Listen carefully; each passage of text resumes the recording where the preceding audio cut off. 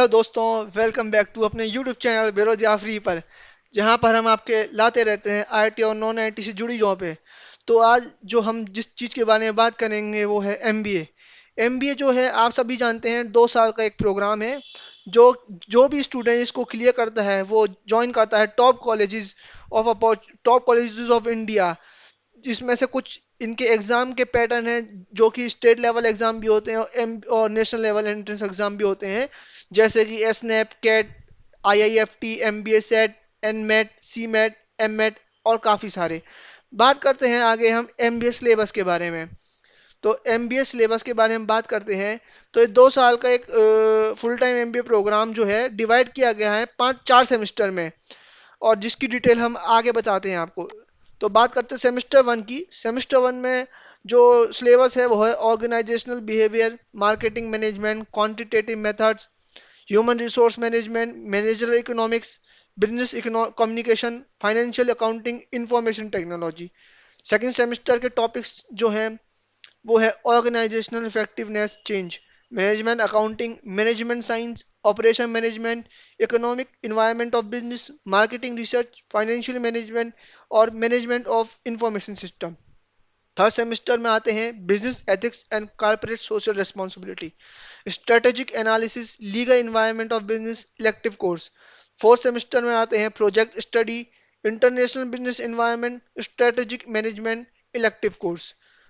बात करते हैं हम आगे एम बी एंट्रेंस एग्जाम की एलिजिबिलिटी।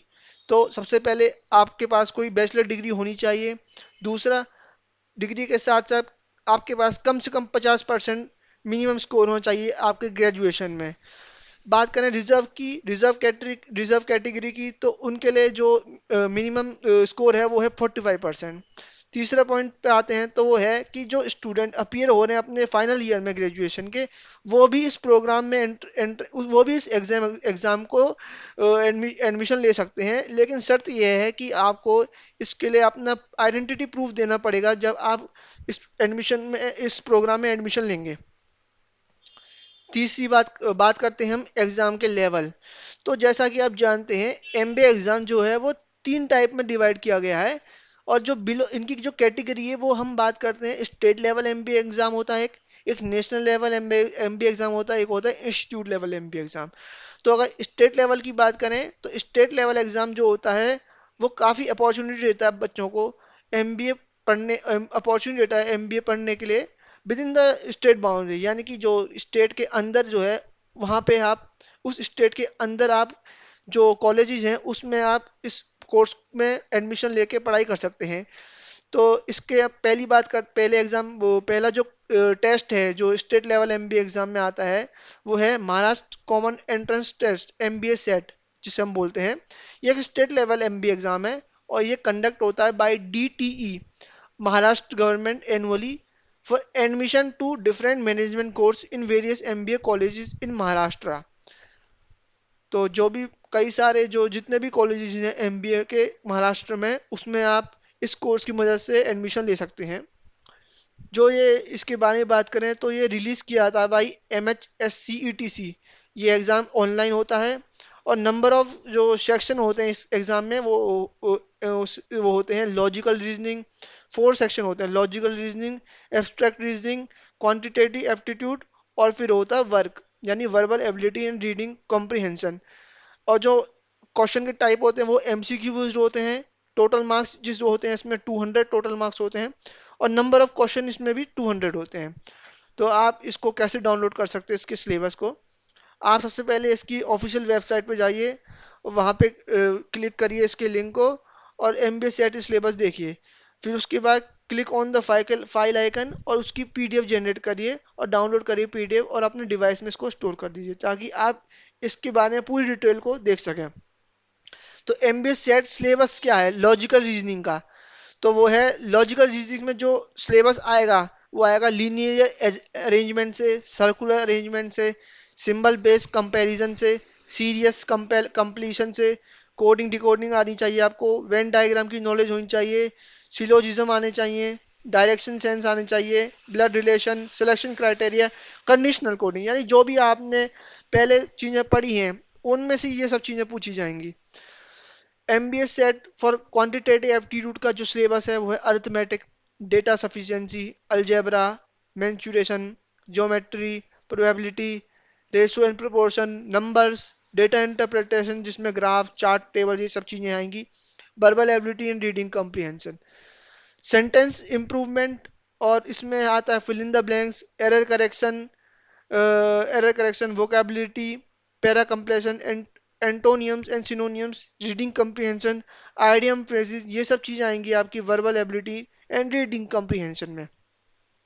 बात करते हैं इसके सेक्शनल ब्रेकअप के बारे में। जो टोटल नंबर ऑफ क्वेश्चन है पर क्वेश्चन, जो maximum marks total number of question है वो है लॉजिकल रीजनिंग, और नंबर ऑफ क्वेश्चन जो इसमें पूछे जाएंगे वो 75 है। मार्क्स पर क्वेश्चन वो है एक, माने 1 marks for 1 question. Maximum marks है 75, और टोटल मार्क्स जो होगा उसका होगा 200। ऐसी एब्स्ट्रैक्ट रीजनिंग, तो एब्स्ट्रैक्ट रीजनिंग में जो नंबर ऑफ क्वेश्चन है वो आएंगे 25। हर क्वेश्चन के लिए 1 मार्क्स दिया जाएगा। मैक्सिमम क्वेश्चन जो पूछे जाएंगे, मैक्सिमम मार्क्स होगा 25 और टोटल मार्क्स होगा 200।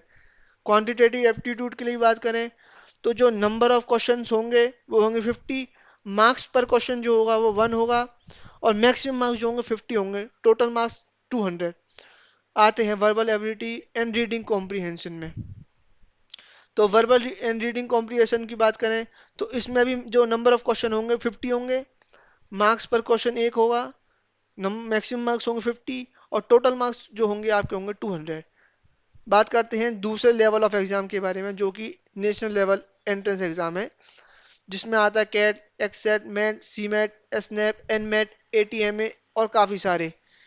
ये इंक्लूड करते हैं कैट मैट और काफ़ी सारे, इट इंक्लूड डिफरेंट एग्जाम जिसकी वजह से कैंडिडेट पढ़ सकते हैं top most 20 schools of India के। कॉमन एडमिशन टेस्ट जिसे हम सेट भी बोलते हैं, आइए हम उसके बारे में देखते हैं क्या चीज़ है ये। तो जैसा कि आप जानते हैं कॉमन एडमिशन टेस्ट जो है वो डिवाइड किया गया है 3 सेक्शन में: verbal ability and reading comprehension, data interpretation and logical reasoning, और क्वांटिटेटिव एप्टीट्यूड। बात करते हैं इसकी एग्जाम एलिजिबिलिटी की। तो आप एकेडमिक्स कंप्लीट हो एकेडमिक्स कंप्लीटेड और promoted to final year of graduate के, इसकी जो एज लिमिट है कोई एज लिमिट नहीं है। और एग्जाम एलिजिबिलिटी क्राइटेरिया की बात करें तो वर्क एक्सपीरियंस आपके पास नहीं भी हो तो भी आप कर सकते हैं, इसमें एग्जाम दे सकते हैं। और रिजर्वेशन जो पॉलिसी है वो बेस्ड है on the category of candidate. आगे बात करते हैं एलिजिबिलिटी फॉर एजुकेशनल क्वालिफिकेशन। इस कैट एग्जाम को देने के लिए आपके पास क्या एजुकेशनल क्वालिफिकेशन होनी चाहिए। तो बात करें तो candidate must be graduate in any stream, यानी कि कैंडिडेट जो है वो ग्रेजुएट होना चाहिए किसी भी स्ट्रीम से, किसी रिकॉग्नाइज यूनिवर्सिटी से, और या फिर उसकी क्वालिफिकेशन होनी चाहिए that the minister of HRD recognise for general and NCOBC category candidates. जो मिनिमम परसेंटेज रिक्वायर्ड है वो है 50%, और जो रिजर्व बने उनके लिए है 45%। जो कैंडिडेट अवार्ड हुए हैं ग्रेड्स और सीजीपीए से, उनके लिए जो कन्वर्जन होगी ग्रेड्स और सीजीपीए की वो होगी according to the process certified by the university और द इंस्टीट्यूट। तो कैट एलिजिबिलिटी जो होगी फाइनल ईयर स्टूडेंट के लिए क्या होगी देखते हैं। तो ये है कि कैंडिडेट जो है फाइनल ईयर में है या फिर जो वेट कर रहे हैं अपने रिजल्ट का, वो इस कैट एलिजिबिलिटी वो अप्लाई कर सकते हैं इस कैट एग्जाम के लिए।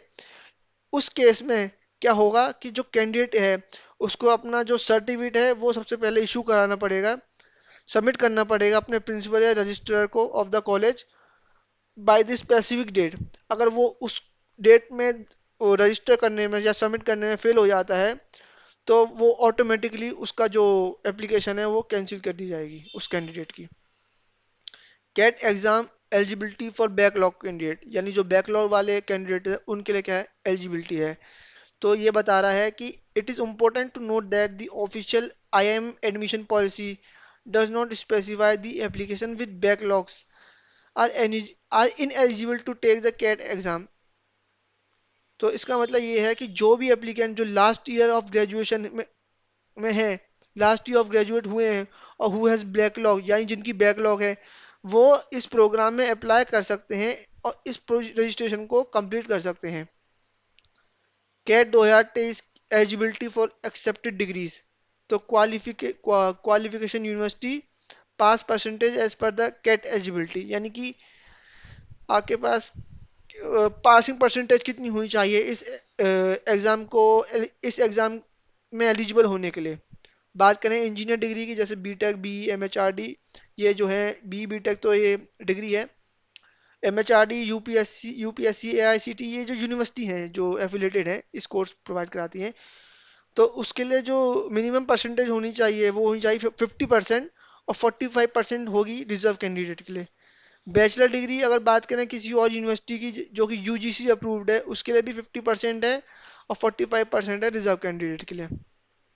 जो student final year of bachelor degree मतलब परस्यू कर रहे हैं, उनके लिए जो एग्जामिनेशन, वो भी एग्जाम इस एग्जाम में बैठ सकते हैं। उनके लिए क्या 50% है और 45% है रिजर्व कैंडिडेट के लिए। बात शर्त है कि वो भी किसी एक यूनिवर्सिटी जैसे कि एमएचआरडी, यूपीएससी, एआईसीटी और यूजीसी अप्रूव्ड होनी चाहिए।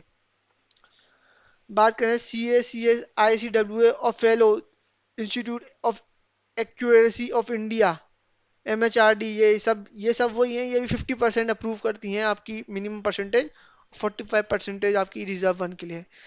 बात करते हैं category CAT exam for the reservation, CAT exam policy, CAT exam reservation policy. तो जो कैट रिजर्वेशन है for the person with the benchmark disability, वो है 5%। अगर बैकवर्ड हैं आप तो उसके लिए 27% है। अगर आप शेड्यूल कास्ट में आते हैं तो उसके 15% है। शेड्यूल ट्राइब में आते हैं तो रिजर्वेशन पॉलिसी 7.5 है। और यदि आप इकोनॉमिकली वीकर सेक्शन से आते हैं तो उसके लिए 10% रिजर्वेशन पॉलिसी है इस कैट एग्जाम के लिए। आगे बात करते हैं हम common management admission test CMAT. तो जैसा कि आप जानते हैं ये एक मोस्ट पॉपुलर एमबीए एग्जाम है कैट के बाद। ये कंडक्ट किया जाता है by NTA every year for admission in MBA to into different AICTE approved college. यानी कि ये कहना चाह रहा है कि जितने भी क्या है जो एआईसीटी अप्रूव्ड कॉलेज हैं, जितने भी एआईसीटी अप्रूव कॉलेज हैं उनके लिए ये एग्ज़ाम कंडक्ट किया जाता है। सीमेट एक ऑनलाइन एग्ज़ाम है, ऑनलाइन सीबीटी एग्ज़ाम है। और क्वेश्चन जो पूछे जाते हैं वो इस तरीके से हैं, बेसिकली इन सेक्शन से पूछे जाते हैं इसमें क्वेश्चन। जैसे बात करते हैं क्वांटिटेटिव एप्टीट्यूड हुआ, क्वांटिटेटिव टेक्निक हुआ, सॉरी, जनरल अवेयरनेस हुआ, लॉजिकल रीजनिंग हुआ, लैंग्वेज कंप्रीहेंशन हुआ, इनोवेशन एंड एंटरप्रेन्योरशिप हुआ। सीमेट रजिस्ट्रेशन 2023 जो है वो फिलहाल तो क्लोज हो गया है bye conducting authority of on it's official website. NTA authorized authority has continued the CMET application from till process 13th of March. As per the latest update, the form correction facility will remain open on the NTA official website till 16th of March 23। अब आगे चलते हैं हम कि इसकी क्या registration fees होगी। तो बात करें रजिस्ट्रेशन फीस की, तो जो रजिस्ट्रेशन फीस है मेल कैंडिडेट के लिए वो है 2000 रुपीज़, और जो फीमेल या रिजर्व कैटेगरी स्टूडेंट है उनके लिए 1000 रुपीज़। इसकी जो एप्लीकेशन फॉर्म करेक्शन डेट है वो 14 से 16 मार्च है। लास्ट डेट है इसको पे करने की वो है 13 मार्च। लास्ट डेट सबमिट करने का रजिस्ट्रेशन फॉर्म 13 मार्च, और सीमेट रजिस्ट्रेशन स्टार्ट डेट होगी वो 13 फरवरी से होगी। इसका रजिस्ट्रेशन मोड ऑनलाइन है। आपको डॉक्यूमेंट अपलोड करने पड़ेंगे जिसमें आपको passport size photo, photo scan करके और सिग्नेचर स्कैन करके आपको जमा करने पड़ेंगे। अब आप इसको कैसे फिल को फॉर्म कर सकते हैं। पहला स्टेप है, आपको रजिस्ट्रेशन लिंक पे जाना पड़ेगा जो इसकी ऑफिशियल वेबसाइट में मिलेगा। यहाँ पे हमने बता भी रखा है कैसे कैसे आप जाएंगे। सबसे पहले आप इसकी ऑफिशियल वेबसाइट पे जाइए, click on apply for CMAT 2023। एक नया पेज ओपन होगा, फ्रेश पेज। वहाँ पे जाके आपको क्लिक करना पड़ेगा न्यू सीमेट रजिस्ट्रेशन पे, जो आपकी लेफ्ट साइड ऑफ स्क्रीन होगा। वहाँ पे एक नया पेज खुलेगा, वहाँ पे आप इंस्ट्रक्शन को पढ़िए, चेक बॉक्स को टिक करिए और प्रोसीड करिए आगे के लिए। आप अपनी डिटेल भरिए वहाँ पे, और फिर वहाँ पे जाके सबमिट कर दीजिए। फिर क्या होगा, सिस्टम आपको एक रजिस्ट्रेशन नंबर जनरेट करेगा, उसको आप नोट कर लीजिए ताकि आप आगे उसकी मदद से आगे डिटेल भर सकें। दूसरा स्टेप है कि आपको सबसे पहले अपना रजिस्ट्रेशन नंबर, एक बार आपको रजिस्ट्रेशन नंबर जनरेट हो जाता है, फिर आपको अपना रजिस्ट्रेशन नंबर एंटर करना पड़ेगा, पासवर्ड जनरेट करना पड़ेगा, पासवर्ड और सिक्योरिटी पिन आपको देनी पड़ेगी लॉगिन करने के लिए अपने अकाउंट में। तो as to fill out this application form, आपके पास सबसे पहले पर्सनल और एजुकेशनल डिटेल्स होनी चाहिए। जैसे ही आप लॉगिन करें उसके बाद, जैसे ही आप डिटेल्स फिल करेंगे और सबमिट करेंगे, एक कंफर्मेशन मेल आपके पास आएगा आपकी रजिस्टर्ड ईमेल आईडी पे, जिसमें आपके पास एक कंफर्मेशन स्टेटस आएगा कि आपका जो एप्लीकेशन है इस सीमेट एग्ज़ाम की वो कंफर्म हो गई है। उसके बाद आप अपलोड करिए अपने स्कैन्ड इमेजेस और फोटोग्राफ एंड सिग्नेचर। डॉक्यूमेंट जो रिक्वायर्ड होंगे इस फॉर्म को फिल करने के लिए वो है स्कैन्ड इमेज ऑफ फोटोग्राफ, जिसकी जो इसकी जो साइज है वो है 10 KB से 200 KB तक, और जो फॉर्मेट है वो जेपीजी से जेपीजी और जेपीईजी फॉर्मेट में होनी चाहिए। आपके सिग्नेचर का स्कैन इमेज होनी चाहिए। इसकी साइज की बात करें तो 4 KB से 30 KB के बीच में आपकी जो सिग्नेचर की इमेज होनी चाहिए, साइज होना चाहिए, और जो फॉर्मेट होगा जेपीजी और जेपीईजी होना चाहिए। फिर लास्ट में आपको क्या करना है, पेमेंट करना है एग्जामिनेशन फीस। जैसे ही आप ये सब चीज़ें कर लेते हैं, आपको क्या करना पड़ेगा, आपको अपने एप्लीकेशन, आपको सबसे पहले ऑनलाइन आपको ऑनलाइन पेमेंट करना पड़ेगा, जिसकी हमने आपको बता रखी है डिटेल्स। मेल्स के लिए है, मेल्स जनरल कैंडिडेट की बात करें तो मेल्स जनरल कैंडिडेट के लिए 2,000 रुपये फीस इसकी, और फीमेल्स के लिए 1,000 रुपये। जनरल अगर और EWS और ओबीसी कैटेगरी है, एनसीएल कैंडिडेट हैं, तो मेल के लिए 1,000 है, फीमेल के लिए 1,000 है। ट्रांसजेंडर होने के लिए, तो ट्रांसजेंडर हैं तो आप मेल्स के लिए 1,000 और फीमेल्स के लिए 1,000। कैट एग्जाम एलिजिबिलिटी हाईलाइट्स, तो क्राइटेरिया होना चाहिए कैट सीमेंट एलिजिबिलिटी के लिए। क्या है कि एजुकेशनल क्वालिफिकेशन आपकी होनी चाहिए, बैचलर डिग्री होनी चाहिए किसी भी स्ट्रीम से। फाइनल ईयर स्टूडेंट भी इसको अप्लाई कर सकते हैं। CMAT eligibility minimum marks not eligible applicable. तो बात करें कि नेशनलिटी आपकी जो होनी चाहिए वो होनी चाहिए एक इंडियन रेसिडेंट होनी चाहिए आप। इसकी जो एज लिमिट है वो कोई एज लिमिट नहीं है। एलिजिबिलिटी फॉर एकेडमिक डिटेल्स क्या होनी चाहिए, जनरल अगर आप हैं तो मिनिमम मार्क्स आपके पास होने चाहिए, मिनिमम परसेंटेज आपकी होनी चाहिए 50%। अगर शेड्यूल कास्ट हैं आप तो 45% होनी चाहिए, शेड्यूल्ड हैं 45%, अगर PWD में है तो 45%। कोर्स वाइज बात करें इसकी एलिजिबिलिटी की, तो MBA सीमेज एलिजिबिलिटी डिटेल्स क्या है, तो जब मिनिमम क्वालिफाइंग परसेंटेज होनी चाहिए for under graduate degree general category candidate की वो 50%, और जो ग्रेजुएशन डिग्री होनी चाहिए किसी भी आप स्ट्रीम से आप ग्रेजुएशन हो तो भी आप इस एग्ज़ाम में अप्लाई कर सकते हैं।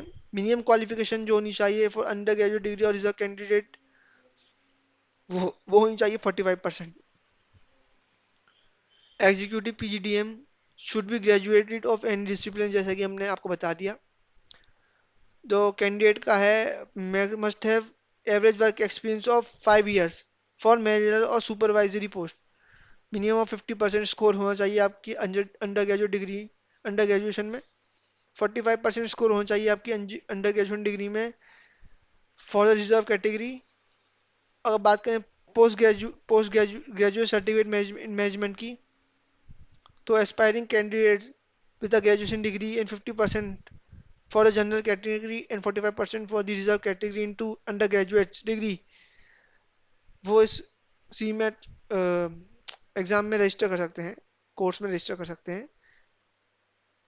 बात करते हैं हम अगले मैनेजमेंट एप्टीट्यूड टेस्ट मैट के बारे में। मैट जो है वो popular national MBA entrance exam है। ये ये 4 साल बाद हर 4 साल बाद एग्ज़ाम होता है। ये हर